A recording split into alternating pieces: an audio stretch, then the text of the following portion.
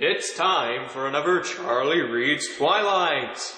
Wait, what? This week, my challenge, submitted by this person, is to swap video blogs with my friend Alex Day. Alex does a series on YouTube where he reads this, which is a book that I'm sure you are all familiar with. But this week, I'm going to have a go at reading a bit of Twilight, starting where he left off. Chapter 16, Carlisle, sorry. I'm just going to call her Carly from now on, actually, I prefer that. Okay, so Stephanie Meyer has now referenced the fact that Carly is a man. I thought that she was a girl. Where are you going to start? The wagoner, Edward replied. The wagoner, Edward replied, placing one hand lightly on my shoulder every time he touched me.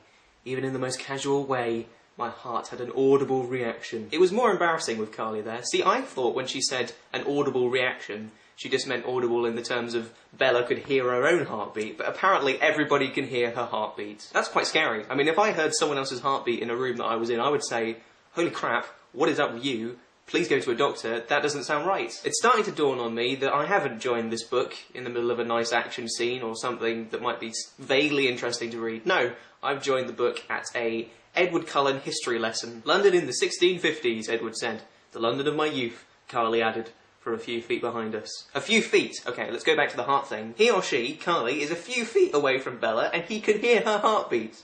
There is something wrong with Bella. Okay, so this isn't an Edward Cullen history lesson, this is a Carly history lesson. I mean, even as someone who hasn't read Twilight, I know who Edward Cullen is, and I wouldn't mind hearing his backstory. Carly, however, I don't know who she is. I don't know anything about her. Carly's backstory, she's a vampire, obviously. He studied by night, planned by day.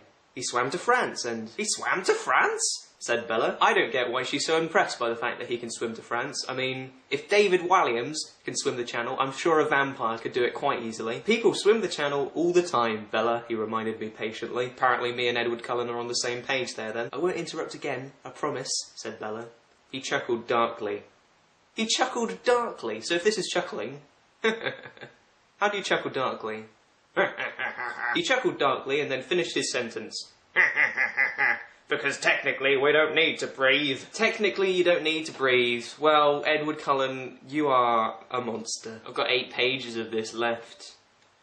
Ugh. So obviously, when Edward Cullen says, I don't need to breathe, Bella goes, oh my god, you don't need to breathe, that's so mental. And then Edward says, I know at some point, something I tell you, or something you see is going to be too much, and then you'll run away from me, screaming as you go. He knows this is going to happen, and now she knows this is going to happen, at some point. And yet... Bella still says that she isn't running anywhere. Maybe that's true love in a world of fiction, but to me that's just stupid. Okay, we've got a bit of Edward Cullen history here. Getting a bit more excited now. I wasn't really sold on his life of abstinence. I resented him for curbing my appetite, so I went off on my own for a while. And he started killing people. That's not written in there, but it's implied. Really? Said Bella. I was intrigued rather than frightened. Perhaps I should have been. Yes, perhaps. That doesn't repulse you? No? Well, why not? I guess it sounds reasonable.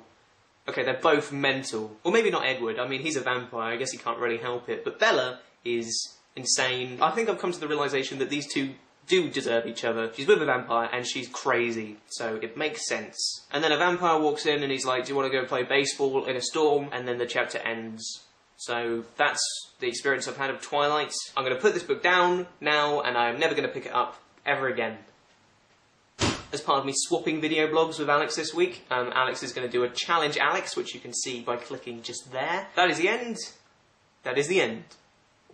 That is the end. You've just had the almost imponderable joy of watching Charlie Is So Cool-like, which makes you like cool.